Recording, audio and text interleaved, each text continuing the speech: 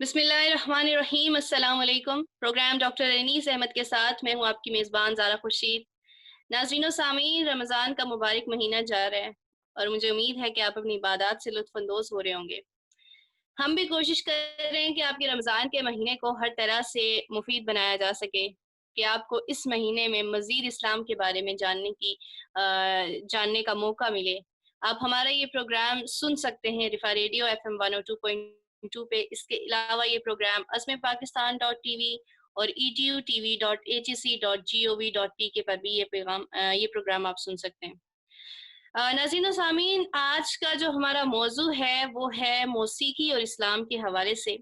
काफ़ी गुफ्तगू होती रहती है इस मौजू पे, काफ़ी दलीलें वगैरह दी जाती हैं हराम और हलाल के हवाले से। तो आज हमने सोचा कि कुरान और सुन्नत के हवाले से हम इसको थोड़ा समझने की कोशिश करेंगे कि दरअसल इस्लाम में मौसीकी का क्या दर्जा है। और इसी सिलसिले में हमारी रहनुमाई के लिए हमारे साथ मौजूद हैं रिफ़ा इंटरनेशनल यूनिवर्सिटी के vice chancellor doctor Anees Ahmad साहब। खुशामदीद डॉक्टर साहब। बहुत शुक्रिया। डॉक्टर साहब, आपने हमारा मौजू सुना है, इस्लाम और मौसीकी के हवाले से आज हम गुफ्तगू करने वाले हैं। तो फर्दर इस पे बात करने से पहले एक स्ट्रेट फॉरवर्ड क्वेश्चन है कि इस्लाम में मौसीकी को हराम कहा गया है, तो क्या हर तरह की मौसीकी हराम है? देखिए, पहले ये बात समझ लीजिए कि इस्लाम में हलाल और हराम का फ़लसफ़ा क्या है। हर वो चीज़ जो इंसान को एतदाल से, तवाज़ुन से, होश व हवास से हटाती है, वो इस्लाम की निगाह में काबिल एतराज़ है। चुनांचे कुरान करीम के अंदर शराब की हुर्मत आने से पहले जो बात कही गई वो ये थी कि नमाज के करीब न जाओ, ये तुमको अल्लाह की याद से गाफिल कर देती जब शराब पिए हुए हो। गोया कि नमाज की हालत में जाने के लिए ज़हन की हाजिरी ज़रूरी है, जो शराब से नहीं होती। गोया हर चीज़ के लिए एक अक़ली और इल्हामी बुनियाद कुरान करीम ने फराहम की है। अगर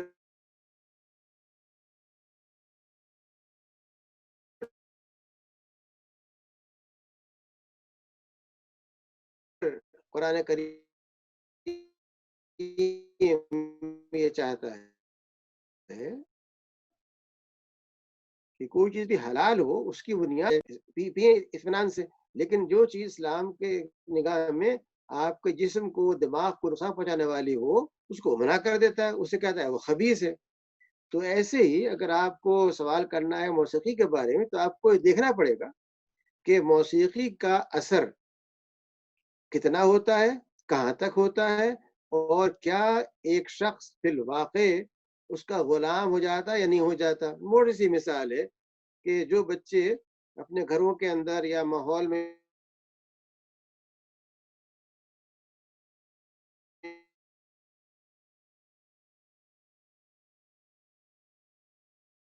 ये देखते हैं कि हर वक्त मौसीकी बज रही है और सुन रहे हैं वो, तो वो इस हद तक उसके आदी हो ना, वो ये उससे कोई मुख्तलिफ है जो एक आदमी किसी हराम चीज को पीने से इख्तियार करता है।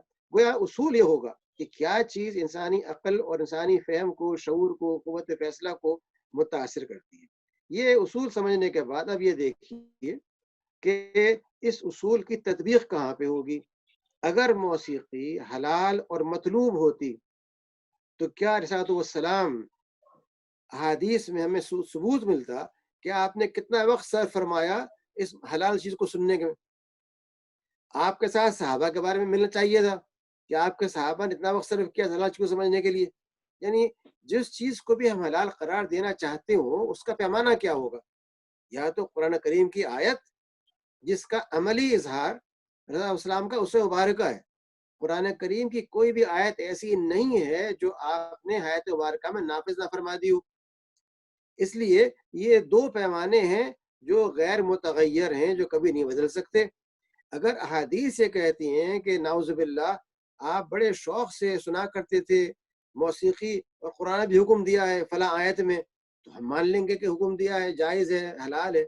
अगर नहीं दिया है तो उसे खींचतान के हलाल साबित करना ना वक्त का सही इस्तेमाल है, ना उसके वक्त सब करना चाहिए आदमी को। रही ये बात کہ بعض قبل اسلام کی مثالیں کوئی تلاش کر لی جائیں کہ قبل اسلام کسی دور میں یہ کیا گیا کہ اللہ کو یاد کرتے وقت کوئی طبل کوئی چیز بج گئی، یا کسی اللہ کے برگزیدہ بندے نے کسی موسیقی کا استعمال کر لیا، تو قرآن کریم نے اپنے آنے کے بعد اس بات کا واضح اعلان کر دیا کہ آج جب دین مکمل ہو گیا، بقیہ تمام شریعتیں منسوخ کر دی گئیں، اور اب دین صرف اسلام ہے، اور اسلام میں وہ چیزیں سب شامل ہیں جو سابقہ ادیان کے اندر اللہ تعالیٰ کی نگاہ میں درست تھیں، جو اس میں اضافے کر لیے گئے تھے وہ نکال دیے گئے۔ ان تمام چیزوں کو سامنے رکھتے ہوئے آپ یہ خود طے کریں کہ ہماری پوری گفتگو جو ہوتی ہے موسیقی کے اوپر، گھنٹوں دلائل عقلی، منطقی، تاریخی، ان سب کا مقام کیا ہے؟ کیا موسیقی فی الواقع ایک ایسا الہامی معاملہ ہے جس کے بغیر ایمان مکمل نہیں ہوگا؟ رہی یہ بات کہ خوش الہانی کے ساتھ کسی چیز کا ادا کرنا، ایک قرآن کریم کو آپ پڑھیں انتہائی بھدی آواز میں، ایک پڑھیں آپ اچھی آواز سے، دونوں کے اثرات مختلف ہوں گے۔ اس لیے اللہ والسلام نے خود ان صحابہ کرام سے جن کا لہن اچھا تھا تلاوت کلام پاک سنی ہے، ابی بن کعب سے، عبداللہ بن مسعود سے، دونوں سے آپ نے خود کہہ کر کے قرآن پاک کی تلاوت سنی ہے، جس کا مطلب یہ ہے کہ ان کی تلاوت بڑی دل پہ اثر کرنے والی تھی، اس لیے آپ نے یہ کیا۔ تو دل پہ اثر کرنے والی آواز کا استعمال، وہ قرآن کریم کی تلاوت ہو یا وہ ایسے نغمے ہوں جن کا تعلق ایمان کے ساتھ ہے، جذبہ جہاد کے ساتھ ہے، بھلائی کے ساتھ ہے، ان کے اندر گلے کا استعمال، اچھی آواز کا استعمال دین کبھی ناپسند نہیں کرتا، چاہتا ہے کہ ایسا ہو، کہتا ہے کہ آپ اچھی آواز سے قرآن کی تلاوت کریں، یہ نہیں کہتا کہ آپ بھدی آواز سے کریں۔ اس لیے اس میں فرق کرنے کی ضرورت ہے۔ ایک چیز یہ ہے کہ کس طرح سے اچھے لہن کے ساتھ ایک بات کی جائے، اور ایک یہ ہے کہ آپ کے پاس 70 آلات ہوں جب آپ ایک کلمے کا آغاز کریں اور کلمے کا خاتمہ ہوتے تک 50 آلات اور شامل کر لیے جائیں، تو یہ جو سارے کے سارے اہتمامات ہیں ان کی بنیاد کیا ہوگی؟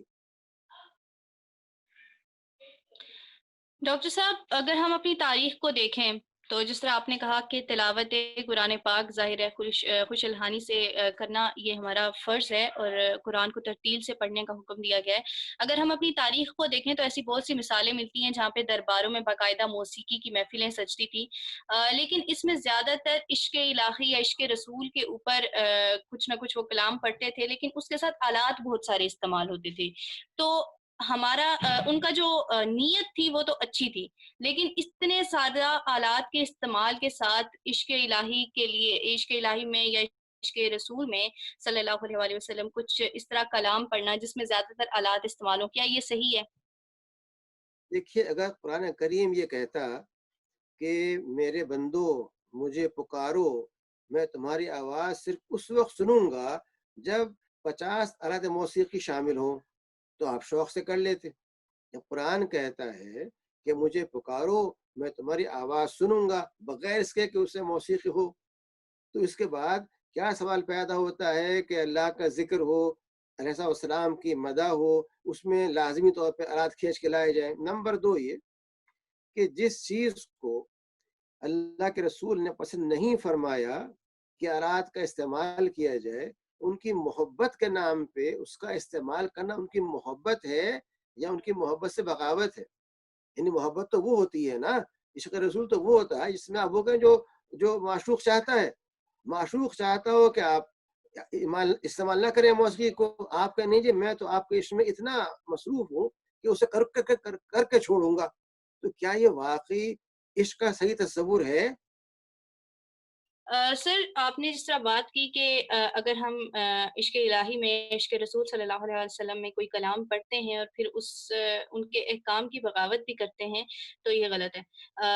لیکن اگر میں یہ سوال کروں کہ جب ہم ایک اچھا کلام پڑھیں، ایک اچھی چیز پڑھیں جو جو ہم ایک عشق میں اس میں ہو کے پڑھیں، لیکن پھر حرام کیوں ہے؟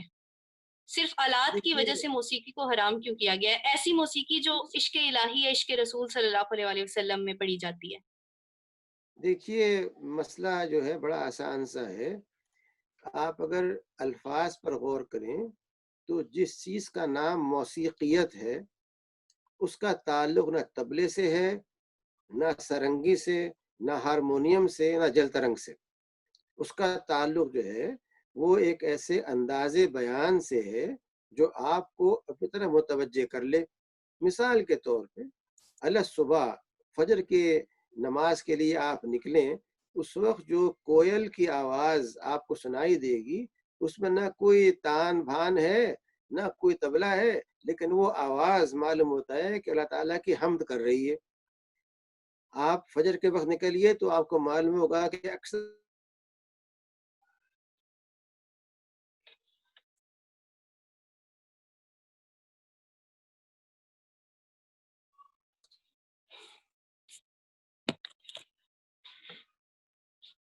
اوپر چڑیاں چہچہا رہی ہیں، ان کی آوازیں آلت وابستہ کرنا موسیقیت کو شرک میں ڈالنا ہے.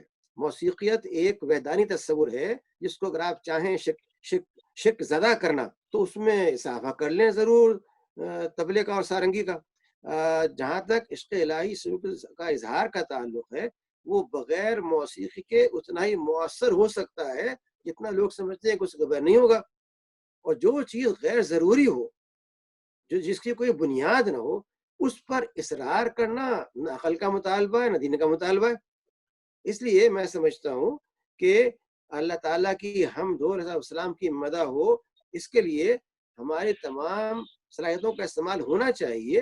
لیکن اگر اس میں بہت گنجائش نکالی بھی جائے تو وہ صرف اس تک ہو سکتی ہے کہ جو انسٹرومنٹس، جو آلات جنگ کے دوران استعمال کیے گئے، جن میں خاص طور پہ اس کا استعمال ہے، ڈرم کا استعمال ہے، وہ اس حد تک یہ ہو سکتا ہے کہ بعض حضرات جو سمجھتے ہیں اس کے بغیر ان کا نہ ذہن حاضر ہوگا نہ آواز نکل سکتی ہے، تو مجبوری کے طور پہ وہ اس کو استعمال فرما لیں. لیکن خود جو آواز کی موسیقیت ہے وہ میرے خیال میں سب سے زیادہ مؤثر ذریعہ ہے پیغام کو پہنچانے کا. ڈاکٹر صاحب، میں ایک فیس بک استعمال کرتے ہوئے ایک میری نظر سے مووی کا کلپ گزرا. بدقسمتی سے وہ مووی کوئی کسی دوسرے ملک کی نہیں ہے جس میں غیر مسلم رہتے ہوں، جو اسلام کو نہ سمجھتے ہوں، بلکہ ہمارے پاکستان کی مووی تھی خدا کے لیے. اور اس مووی میں ایک ایک دلیل پیش کی گئی موسیقی کے حوالے سے، کہ حضرت داؤد علیہ السلام پر جب زبور نازل ہوئی تو وہ موسیقی کے ذریعے اللہ تعالیٰ نے انہیں موسیقی عطا کی اور اس کے ذریعے وہ اپنا پیغام پہنچاتے تھے. جبکہ ہمارے پاس ایک واضح ہمارے پاس تعلیمات موجود ہیں کہ حضرت داؤد علیہ السلام پر جب زبور نازل ہوئی تو اس کی تبلیغ کے لیے وہ اس کی تلاوت کیا کرتے تھے، اور وہ تلاوت اتنی خوش الحانی سے ہوتی تھی کہ پرندے، چرند پرند اور انسان سب آپ کے ارد گرد جمع ہو جاتے تھے. لیکن اس کو بیس بنا کے موسیقی کے حوالے سے دلیل پیش کی گئی کہ موسیقی اسلام میں جائز ہے. اس کے علاوہ ایک من گھڑت حدیث پیش کی گئی کہ حضرت عائشہ علیہ السلام سے حضرت محمد صلی اللہ علیہ وسلم نے کہا کہ انصار کی شادی ہے تو کیا تم نے گانے والیاں بھیجی ہیں؟ جبکہ اس طرح کی کوئی میرے خیال سے تو نہیں ہو سکتی. آپ اس پہ کیا کہیں گے؟ دیکھیے جہاں تک پہلی بات کا تعلق ہے میں جواب دے چکا ہوں پہلے ہی کہ ہماری جو شریعت قابل عمل ہے وہ آخری شریعت ہے اور ہم اسی پر عمل کریں گے. اللہ تعالیٰ کے سامنے جواب دہی اسی کی ہے، پہلے شرائع کی نہیں ہے. یہ بات آپ نے خود واضح کر دی.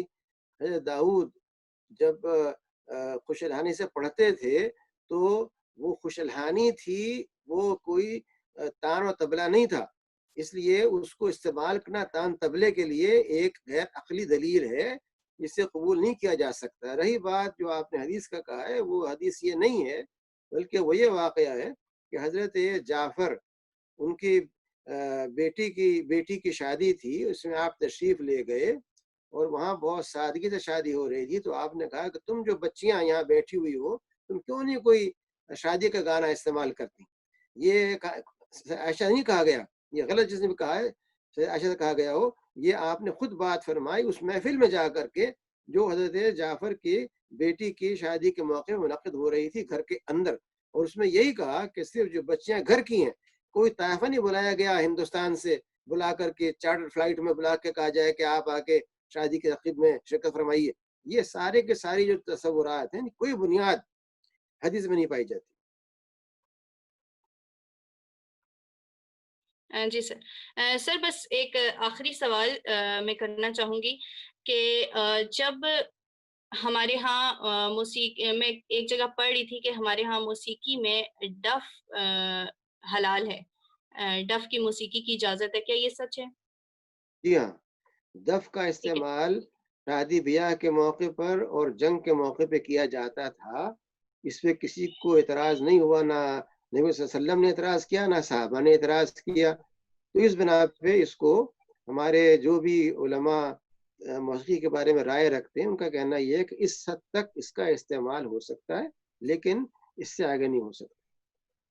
डॉक्टर साहब, आखिर में आप उनको क्या पैगाम देना चाहेंगे जो मौसीकी के बहुत ज़्यादा एडिक्टेड हैं? वो किस तरह से इस्लामी हदूद के अंदर रहते हुए इस तरह से लुत्फ़-अंदोज़ हो सकते हैं कि उन्हें मौसीकी की ज़रूरत ना पड़े? मेरी गुज़ारिश ये होगी कि वो मौसीकी का मुताला करें और ये देखें कि क्या मौसीकियत सुर और ताल का नाम है, या मौसीकियत उस कैफियत का नाम है जिसमें कि अल्फाज की अदायगी इस अंदाज से हो कि वो आपके अपने अल्फाज मालूम हो, आपको मालूम हो कि वो बात आपके दिल से निकल रही है जो आप सुन रहे हैं। गोया कि मौसीकी के ताल्लुक अगर देखें जमालियात के ज़ाविये से, तो उसको महदूद करना तबले और सारंगी के अंदर उसके साथ बहुत ज़्यादती है। मौसीक़ियत जिसका नाम है, वो तबला और सारंगी नहीं है, बल्कि ये तो उसको करप्ट करने वाले, पॉल्यूट करने वाले आलात हैं, जो उसके असर अंगेज़ी को ख़त्म कर देते हैं। इसलिए एक तो इस बात पे गौर कीजिए। दूसरा ये देखिए कि वो मौसीकी हो या एक शख्स का चेन स्मोकर होना हो, इन दोनों के अंदर जो शख्स चेन स्मोकर है, बगैर किसी ब्रेक के, वक्फे के मुसलसल स्मोकिंग करता है, क्या उसने अमलन अपने आप को उस छोटे से टुकड़े के हवाले नहीं कर दिया, इसको आप सिगरेट या सिगार कहते हैं? ऐसे ही जो शख्स मौसीकी का इतना गुलाम है कि वो ना ड्राइविंग कर सकता है, ना सोच सकता है, ना उसके मिजाज अपने मकाम पे वापस आ सकता है बगैर मौसीकी के, तो क्या उसके लिए वैसे तो एक इंसान के ये चीज़ मुनासिब है कि वो इतना गुलाम बन जाए एक चीज़ का? या इसके मुकाबले में वो शख्स जो सुबह के अव्वलीन लम्हात के अंदर एक आबशार के पानी को गिरते हुए, एक परिंदे की आवाज़ को, एक हवा की सरसराहट को सुनते हुए ये समझता है कि इसमें रब्बे करीम उसके लिए एक रहमत का पैगाम दे रहे हैं, और वो कहता है अल्हम्दुलिल्लाह, सुभान अल्लाह, मैं शुक्र अल्लाह का अदा करता हूँ कि उसने मुझे ये ऐसी चीज़ सुनने का मौका दिया। और बाद औक़ात आप देखेंगे कि हवा की मौसीक़ियत, परिंदों की मौसीक़ियत उनसे बहुत बढ़ कर के है, जिसपे कि लोग सर झुनते हैं, उनको हाल आते हैं और घूमते फिरते हैं। गोया कि इस बात की ज़रूरत है कि हर चीज़ को उसके मकाम पे रखा जाए, मौसीक़ियत को लाज़मी इख्तियार किया जाए, हुस्न आवाज़ को, लहन को पूरा इस्तेमाल किया जाए, लेकिन जिन चीज़ों इस्लाम ने मकरूह भी करार दिया हो, नापसंद भी किया हो, उन पर भी जान देना और उनको इख्तियार करना, मैं समझता हूँ अक़ल का तकाज़ा नहीं है, जज़्बात का तकाज़ा हो सकता है, लेकिन इंसान वही बेहतर है जो महज़ जज़्बात का ताबे ना हो, बल्कि अक़ल की बुनियाद पे फ़ैसला करे। बहुत शुक्रिया डॉक्टर साहब। इस्लाम में मौसीकी के तसव्वुर को जिस तरह से आपने बयान किया है, मुझे उम्मीद है कि जो हमारे सुनने वाले और देखने वाले हैं, उनको अच्छे तरीके से ये चीज़ समझ आई होगी कि मौसीकियत दरअसल क्या है और किस वजह से आलात के इस्तेमाल को मना फरमाया गया है। और मैं एक बार फिर से अपने नाज़रीन और सामीन के लिए ये रिपीट कर दूँ कि डफ एक वाहिद ऐसा आला है जिसके इस्तेमाल पे कोई ममानत नहीं है। हमारे हमारे यहाँ एक चीज़ अगर ये कॉन्सेप्ट बना लिया जाए कि अगर हमने इश्क़ इलाही का इज़हार करना है, इश्क़ रसूल सल्लल्लाहु अलैहि वसल्लम का इज़हार करना है, तो उसके लिए हमें आलात की ज़रूरत नहीं है, हमारे दिलों में ईमान का होना बहुत ज़रूरी है, और उसके लिए हम खुश इल्हानी से कुरान पढ़ सकते हैं, नात पढ़ सकते हैं बिना आलात के। तो ये एक बहुत अच्छा तरीका हो सकता है। बहुत शुक्रिया डॉक्टर साहब, मुझे उम्मीद है कि ये गुफ्तगू आज हमारे नाज़रीन और सामीन के लिए बहुत बहुत ज़्यादा मुफीद रही होगी। इसके अलावा डॉक्टर साहब, कल हमने गुफ्तगू की थी रोज़े की इक़साम के बारे में और फिर उनके हवाले से कुछ तालीमात के बारे में। तो हमारे साथ जो लाइव स्टूडेंट्स थे, उनमें से कुछ स्टूडेंट्स के सवालात थे जो ज़्यादातर मुकम्मल हो चुके थे हमारी गुफ्तगू में, लेकिन एक सवाल ऐसा था जो शायद रह गया था कि जी। जानबूझ के अगर कोई रोज़ा तो ना रखे, तो उसका कोई कफ़ारा है? यानी वो बिल्कुल ठीक है, सेहतमंद है और रोज़ा रख सकता है, लेकिन इसके बावजूद नहीं रखता। देखिए, उसके लिए 2 चीज़ें बहुत ज़रूरी हैं। एक तो ये कि जानबूझ के एक दीनी फ़रीज़े का इनकार करना, ये मुतालबा करता है कि वो अपने अल्लाह से तन्हाई के अंदर इस्तिग़फ़ार और तौबा करे और अपने इस अमल पे शर्मिंदा हो। पहला काम तो ये है। दूसरा काम ये है कि जो रोज़े छोड़े हैं, उन रोज़ों को पूरा करे और साथ-साथ उसमें कुछ इज़ाफ़ा कर ले, नफ़ली रोज़े कुछ रख ले, ताकि जो कुछ रब करीम के अहकामात को न मानने से गुनाह का एक शायबा पैदा हुआ था, उसके अंदर भलाई शामिल हो जाए, गुनाह दूर हो जाए। कुरान पाक का उसूल ये है कि भलाइयाँ अच्छाइयों बुराइयों को दूर कर देती हैं। तो भलाई का मतलब ये हुआ कि वो आप जो मिस किए हैं, छूटे हैं रोज़े, वो तो पूरे करें ही।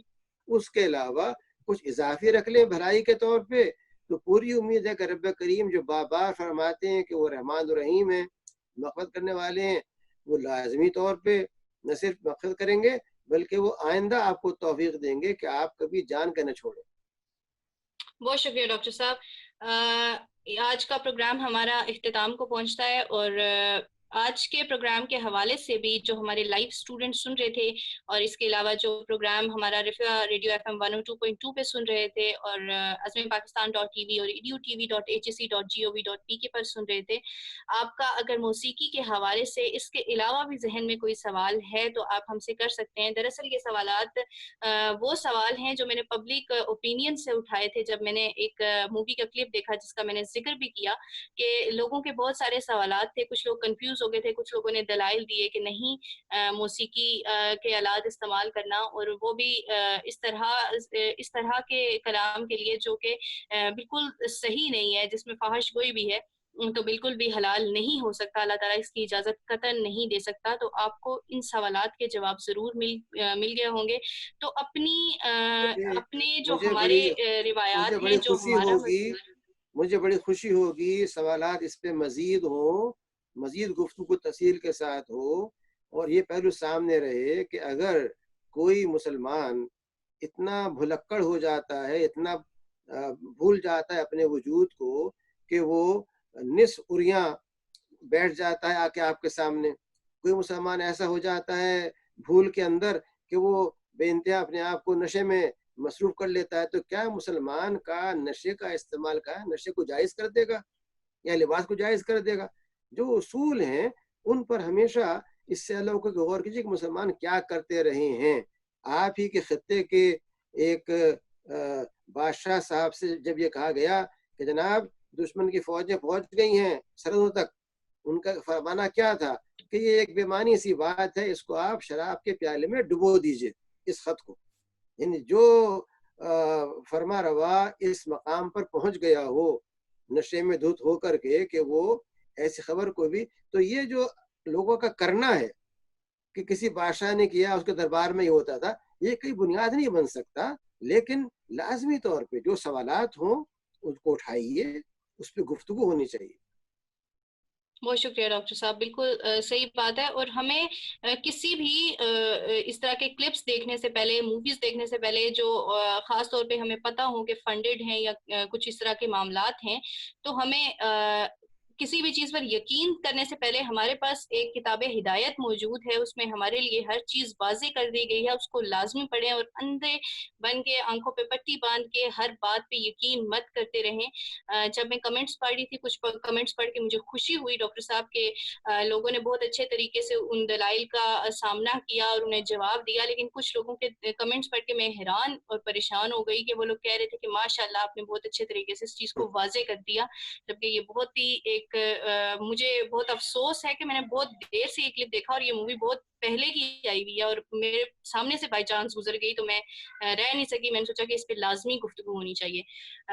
इसके अलावा नाज़रीन और सामीन, आपके जो भी सवालात होते हैं या आप किसी ख़ास मौज़ू पे अपने सवालात रखना चाहते हैं, तो आप कमेंट बॉक्स में हमें बता सकते हैं। आपके पास हमारे पेज की एक्सेस है, आपके पास रिफ़ा रेडियो एफएम 102 से का लिंक है, आप वहाँ पे भी हमें अपने सवालात भेज सकते हैं। फिर से हाज़िर होंगे एक नए मौज़ू के साथ, चंद नए सवालात के साथ। मुझे और डॉक्टर अनीस अहमद साहब को इजाज़त दीजिए। अल्लाह नेगेबान।